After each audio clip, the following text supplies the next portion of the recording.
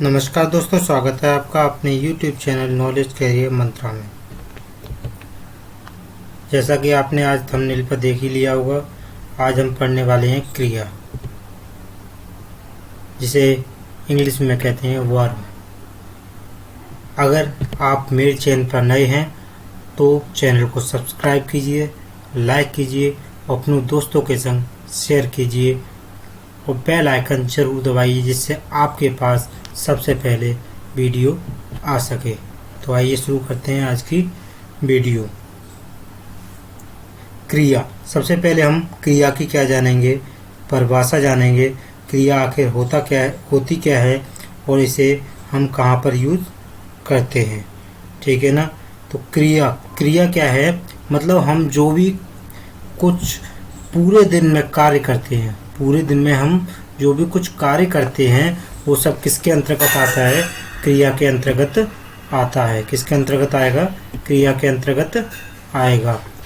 अब अगर परिभाषा, जेन्युइन परिभाषा देखी जाए तो इसकी क्या होती है, जिन शब्दों से किसी भी कार्य या काम का होना समझ में आता है उसे क्या कह देते हैं, हम क्रिया कहते हैं। क्या कहते हैं, क्रिया कहते हैं। जैसे कि हम पूरे दिन में क्या करते हैं, उठते हैं, बैठते हैं, उठना बैठना, पढ़ना लिखना, जो कुछ भी करते हैं ना, XYZ जितने भी कार्य करते हैं वो सब किसके अंतर्गत आएंगे, हमारे सभी आएंगे हमारे क्रिया के अंतर्गत, ठीक है ना।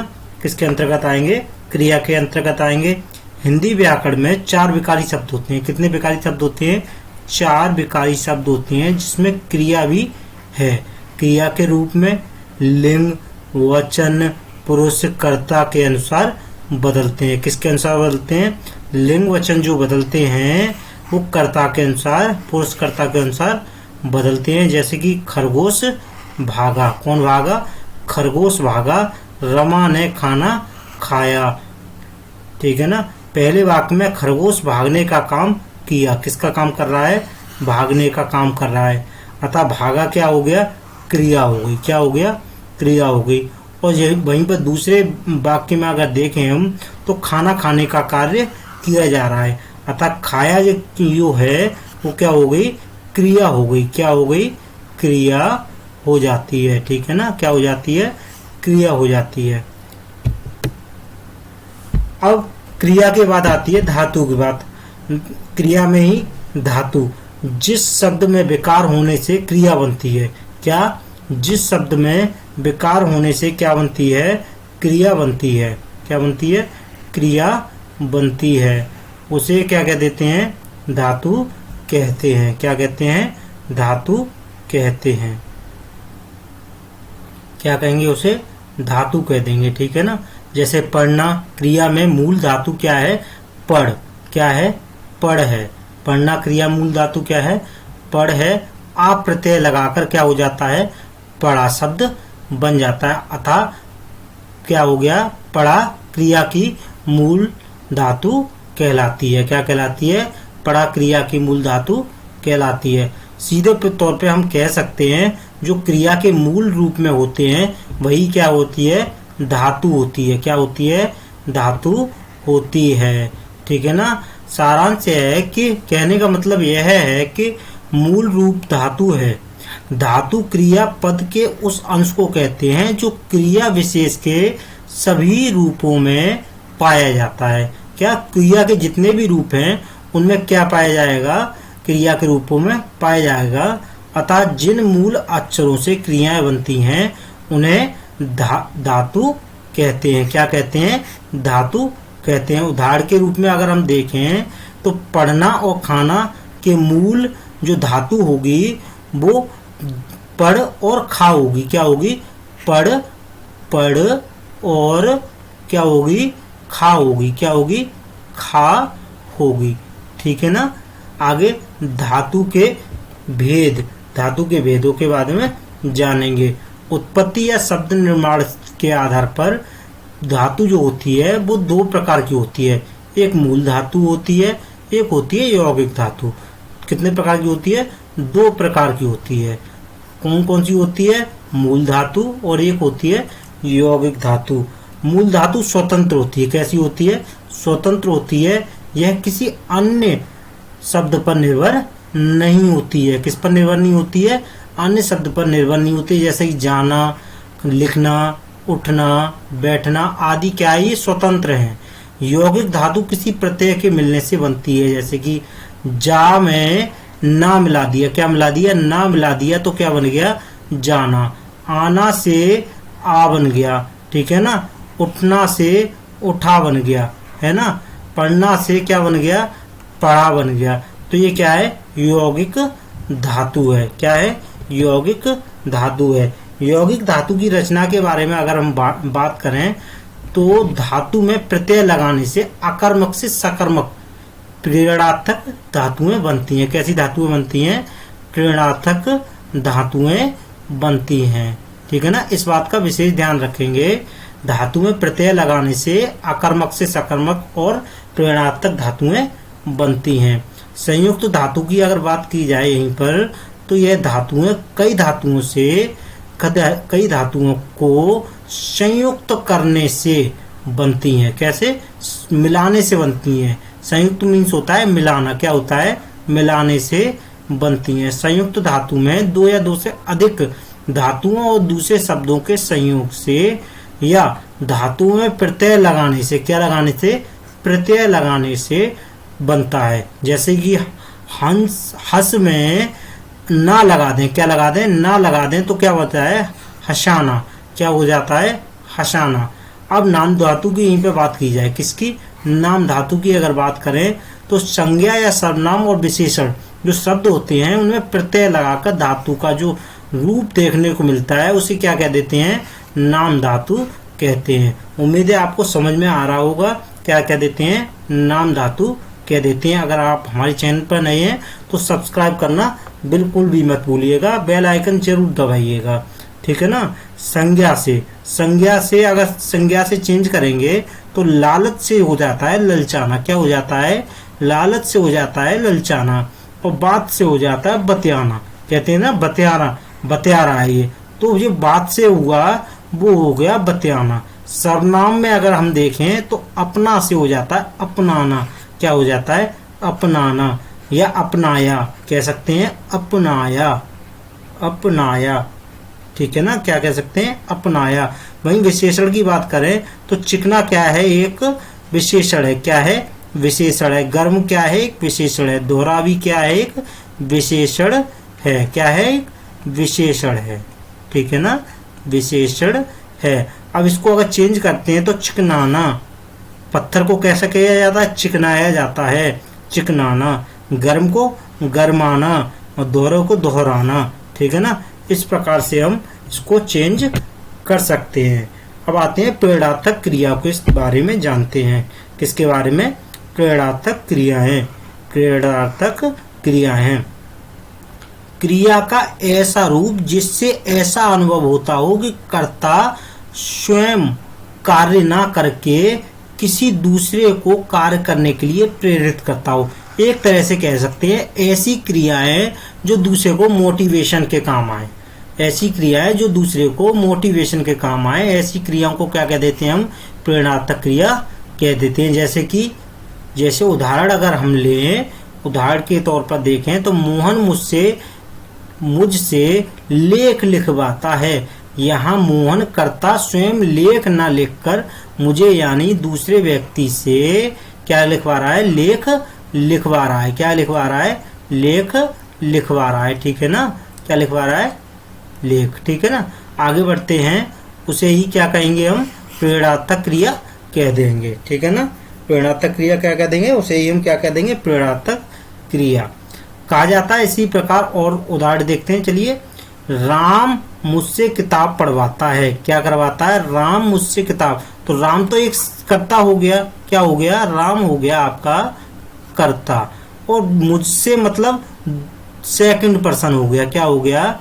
इंग्लिश की बात करें तो इसमें हम कह सकते हैं इसे सेकंड पर्सन, ठीक है ना। तो मुझसे किताब पढ़वाता है, स्वयं नहीं कर रहा है। किससे पढ़वा रहा है? मुझसे करवा रहा है। तो ऐसी क्रियाओं को क्या कहेंगे? प्रेरणार्थक क्रियाएं कह सकते हैं, ठीक है ना, कह देते हैं। वह अपने घर के लिए मुझसे सामान मंगवाता है। किससे मंगवा रहा है? मुझसे मंगवा रहा है। किससे मंगवा रहा है? मुझसे सामान मंगवाता है। किसके घर के लिए? वह अपने घर के लिए, ठीक है ना। तो मुझसे सामान मंगवाया, तो मुझसे जो हुआ वो सेकंड पर्सन हो जाता है इसमें, और वह हो गया कर्ता, ठीक है ना। इन वाक्यों में भी व्यक्ति स्वयं से कार्य न कराकर किसी दूसरे से क्या करा रहा है? कार्य करा रहा है, ठीक है ना। प्रेरणार्थक क्रियाओं के दो रूप हैं, जैसे पढ़ना से पढ़ाना और या पढ़वाना। मतलब पढ़ना से क्या हो जाएगा? पढ़ना से पढ़ाना या पढ़वाना, ये सब क्या हो जाएगा? प्रेरणार्थक क्रियाओं के अंतर्गत आ जाएगा, इसके रूपों के अंतर्गत। दोनों ही क्रियाएं एक के बाद दूसरी प्रेरणा में होती हैं। यहाँ पर हमें यह बात ध्यान रखने की जरूरत है कि अकर्मक क्रियाएं जो होती हैं प्रेरणार्थक होने पर सकर्मक क्रिया हो जाती हैं। क्या हो जाती हैं? प्रेरणार्थक होने पर क्या हो जाती हैं? सकर्मक क्रिया का रूप ले लेती हैं। किसका रूप ले लेती हैं? सकर्मक क्रिया का रूप ले लेती हैं। जैसे राधा नाचती है। कौन नाच रहा है? राधा नाचती है। और अब यहाँ पर अगर दूसरे वाक्य में अगर बात करें, कृष्ण की मुरली राधा को नचवाती है। अब यहाँ पर नचवाने का काम कौन कर रहा है? मुरली। किसकी? कृष्ण की मुरली नचवाती है, ठीक है ना। इसी प्रकार से आगे भी प्रेरणार्थक क्रिया में आने वाले कुछ शब्दों के बारे में पढ़ेंगे। जैसे कि पढ़ना तो अभी आपने जान ही लिया, पढ़ना का हो जाता है पढ़ाना और पढ़ाना, ठीक है ना। लिखना का हो जाता है लिखाना और लिखवाना। क्या हो जाता है? लिखाना और लिखवाना। इसी प्रकार से चलना का हो जाता है चलाना और चलवाना। इसी प्रकार से हंसने का हो जाता है हंसाना और हंसवाना। तो इस प्रकार से ये क्रियाएं आपस में प्रेरणार्थक क्रियाएं चेंज होती रहती हैं। अब हम जानेंगे क्रिया के भेद के बारे में। क्या जानेंगे? क्रिया के भेद के बारे में। आपको समझ में आ रहा होगा, मुझे आशा है आपको समझ में अच्छे से आ रहा होगा। ध्यान लगा के पढ़ते रहिए आप, और अपनी कॉपी कलम लेकर अवश्य बैठिए, ठीक है ना। अगर चैनल को सब्सक्राइब नहीं किया है तो अभी भी चैनल को सब्सक्राइब कर लीजिए। चैनल को सब्सक्राइब करना बिल्कुल भी मत भूलिए। तो जानते हैं क्रिया के भेद के बारे में। तो क्रिया के भेद के बारे में जानते हैं। तो दो प्रकार की क्रिया होती है, एक तो सकर्मक क्रिया होती है, एक होती है अकर्मक क्रिया। क्या होती है? एक होती है सकर्मक क्रिया, दूसरी होती है अकर्मक क्रिया, ठीक है ना। तो सकर्मक क्रिया के बारे में हेडिंग लगा लीजिए। सकर्मक क्रिया के बारे में जानते हैं। क्रिया का वह रूप जिसका फल या प्रभाव किसी दूसरी वस्तु या व्यक्ति अर्थात कर्म पर पड़े या काम करने वाले पर पड़े, तब वहां क्या होता है? सकर्मक क्रिया होती है। उदाहरण के रूप में देखें तो मोहन खाना खाता है। तो खाना क्या हो गई? एक सकर्मक क्रिया हो गई। क्या हो गई?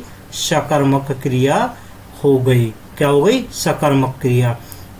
अब जिसका सीधा संबंध किससे? खाने से पड़ रहा है, ठीक है ना। प्रभावकर्ता पर काम करने वाला पड़ रहा है, जो खाना है। प्रश्न है मोहन क्या खाता है?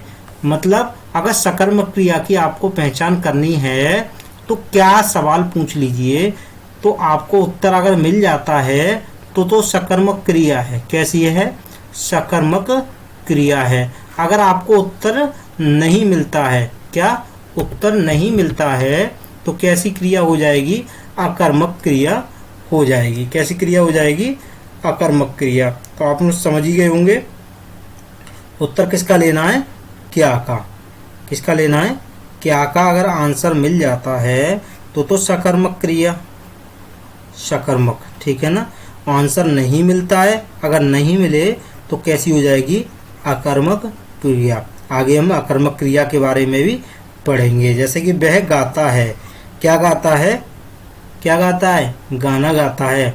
गाना गाता है तो ये कैसी हो जाएगी क्रिया? सकर्मक क्रिया हो जाएगी। वह पढ़ता है। यहाँ पर कर्म या काम छुपा है, जो कि गीत और पुस्तक है ना। यहाँ पर गाना गाता है, यहाँ पर पुस्तक पढ़ता है। मतलब अगर ऑब्जेक्ट भी छुपा देते हैं तब भी क्या होगा? सकर्मक क्रिया होगी। बस क्या आंसर हमें मिल जाना चाहिए। अब सकर्मक क्रिया की पहचान कैसे की जाए? सबसे बड़ी बात आती है सकर्मक क्रिया की जो पहचान होती है वो कैसे करें, इस बात पर हम डिस्कशन अभी करने वाले हैं। जल्दी से जल्दी इस सेशन को शेयर कर दीजिए। अभी तो हम इस सेशन में बहुत कुछ जानने वाले हैं। क्रिया की एक एक रूप को हम जानेंगे, किस प्रकार से कहाँ पर क्रिया यूज होती है और कौन सी क्रिया है, इसके बारे में हम सब चर्चा करेंगे। तो चलिए सकर्मक क्रिया के बारे में जानते हैं। सकर्मक क्रिया जो होती है उसकी पहचान करने के लिए वाक्यों में किस किस या किसको लगाकर प्रश्न करें। यदि उन प्रश्नों के उत्तर मिल जाते हैं तो सकर्मक क्रिया, और जो उत्तर मिलता है वही सकर्मक क्रिया होती है। क्या, शब्द लिख लीजिए आप, क्या, किस और किसको।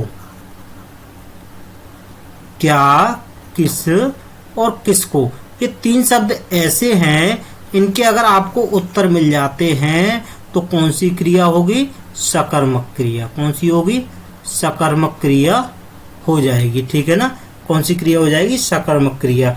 रमेश ने कविता सुनाई। रमेश ने कविता क्या करी? सुनाई। तो क्या सुनाई? कविता सुनाई। तो ये क्या है? कविता क्या हो जाएगी? सुनाना क्या हो जाएगा? एक सकर्मक क्रिया हो जाएगी। क्या हो जाएगी? सकर्मक क्रिया हो जाएगी। ठीक है ना। रवि खाना बनाता है। क्या बनाता है? खाना। तो आंसर मिल गया इसका। तो ये क्या हो जाएगी? सकर्मक क्रिया हो जाएगी। क्या हो जाएगी? सकर्मक क्रिया हो जाएगी। अभिषेक पतंग उड़ा रहा है। क्या उड़ा रहा है? पतंग उड़ा रहा है। तो क्या हो गई? ये सकर्मक क्रिया। क्या हो गई? सकर्मक क्रिया हो गई। इन वाक्यों में क्या प्रश्न करने से उत्तर मिल रहा है ना, इसलिए ये क्या हो गई? सकर्मक क्रिया हो गई। ठीक है ना। अब चलते हैं अकर्मक क्रिया की तरफ। किसकी तरफ चलते हैं? अकर्मक क्रिया को जानते हैं। ठीक है ना। तो जिन क्रियाओं में कर्म का फल सिर्फ क्रिया पर, कर्ता पर ही पड़ता है। कर्म का फल किस पे पड़ रहा है? केवल कर्ता पर पड़ता है या सीमित रहता है। क्या रहता है?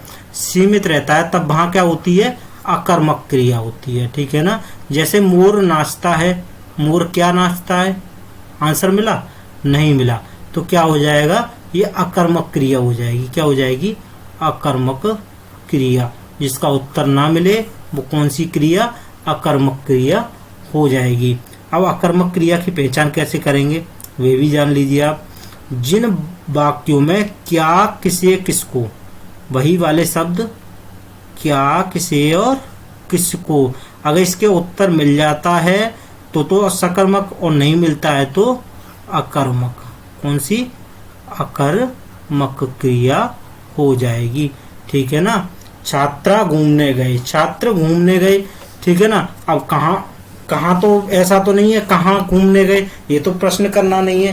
प्रश्न करना है क्या घूमने गए। तो क्या घूमने गए, ये तो इसका उत्तर मिलने वाला है नहीं। तो ये कैसी क्रिया हो जाएंगी? अकर्मक क्रियाएं। सभी अकर्मक क्रियाएं हो जाएंगी। ठीक है ना। कैसी हो जाएंगी?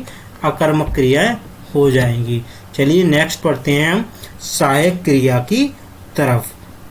किसकी तरफ? सहायक क्रिया की तरफ। इसे अगर इंग्लिश में बात करें तो इसे बोलते हैं इंग्लिश में हेल्पिंग वर्ब। क्या बोलते हैं? Helping verb. ठीक है ना। क्या बोलते हैं? Helping verb. इंग्लिश में अगर इसे बात करें तो क्या बोलते हैं? हेल्पिंग वर्ब से बोलते हैं। जो क्रिया है मुख्य क्रिया के साथ अर्थ का स्पष्ट और पूरे करने में सहायक हो। क्या? पूरा वाक्य को क्या करे? पूरा करने में सहायक हो, तभी उसको क्या कहेंगे? सहायक क्रिया के रूप में जाना जाता है। जैसे वह खाता है, मैंने पढ़ा था, तुम जगे हुए थे। क्या? तुम जगे हुए थे। इन वाक्यों में खाना, पढ़ना, जगना मुख्य क्रियाएं हैं। क्या है? मुख्य क्रियाएं। और हुए थे, हैं और था, ये सब क्या है? सहायक क्रियाएं हैं। कैसी क्रिया है? सहायक क्रिया है। जैसे इंग्लिश में अगर हम बात करते हैं तो इज, एम, आर वगैरह क्या होती हैं? सहायक क्रियाएं। इज, एम, आर, वॉज, वर जितनी भी होती हैं ये सभी क्या होती है? सहायक क्रियाएं होती हैं।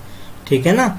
विकार के आधार पर क्रिया के भेदों की अगर हम बात करते हैं तो ये दो प्रकार के होते हैं। कितने प्रकार के होते हैं? दो प्रकार के होते हैं। किसके आधार पर? विकार के आधार पर। वैसे ये बहुत कम पूछा जाता है, तब भी आप पढ़ लीजिए। विकार के आधार पर कितने प्रकार के होते हैं? 2 प्रकार की होती हैं।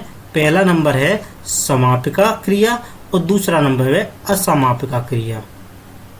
क्या? समापिका क्रिया और असमापिका क्रिया। मैं प्रातः काल में उठता हूँ, यहाँ पे मैं है, मैं उठता हूँ, ठीक है ना। मैं प्रातः काल में उठता हूँ।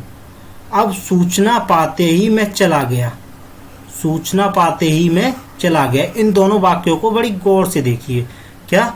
बड़ी गौर से देखिए। इसमें तो मैं उठता हूं, तो इसमें तो कार्य क्या हो गया? समाप्त हो गया। इसमें कार्य समाप्त होता हुआ नहीं दिखाई दे रहा है, तो ऐसी क्रियाओं को क्या कहेंगे? असमापिका क्रिया कहेंगे। क्या कहेंगे? असमापिका क्रिया कहेंगे। वर्तमान कालिक अब आगे चलते हैं। वर्तमान कालिक कृदंत और भूतकालिक कृदंत में क्या अंतर है? इसका कभी कभी कंपटीशन में सवाल पूछ लेता है, UPSSC वगैरह में, यूपी टेट वगैरह में बहुत पूछता है इसका।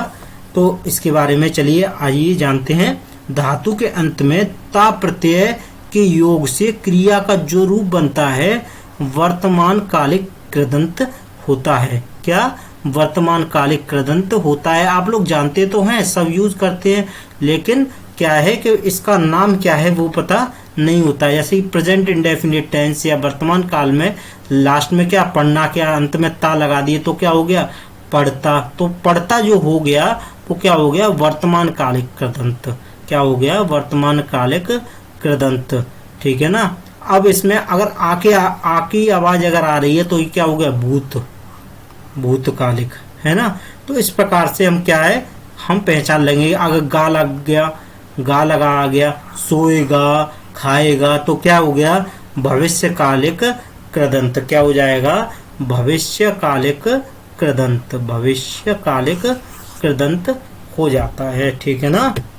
आगे बढ़ते हैं। पूर्वकालिक कृदंत और तात्कालिक कृदंत में अंतर जानते हैं। क्या? पूर्वकालिक कृदंत और तात्कालिक कृदंत में क्या जानेंगे हम? अंतर को जानेंगे। किसको जानेंगे? अंतर को जानेंगे। तो धातु के अंत में कर के और करके के योग से किसके? कर के और करके के योग से पूर्वकालिक कृदंत क्रिया का रूप बनता है। किसका? कृदंत क्रिया, पूर्वकालिक कृदंत क्रिया का रूप बनता है, जबकि वर्तमान कालिक कृदंत के विकृत रूप के संयोग से तात्कालिक कृदंत क्रिया का रूप बनता है। जैसे कि हम एक उदाहरण के माध्यम से आपको समझाने की कोशिश करेंगे, समझने का प्रयास करें। उठ प्लस कर के,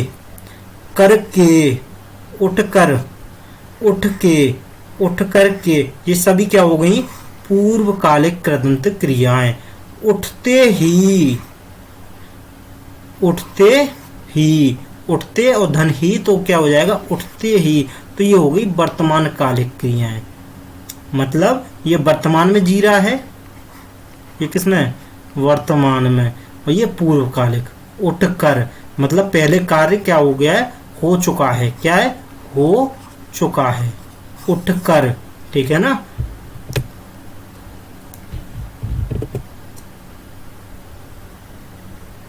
तो आज का सेशन आपको कैसा लगा कमेंट करके जरूर बताइए, और चैनल को सब्सक्राइब करे बिना मत जाइए।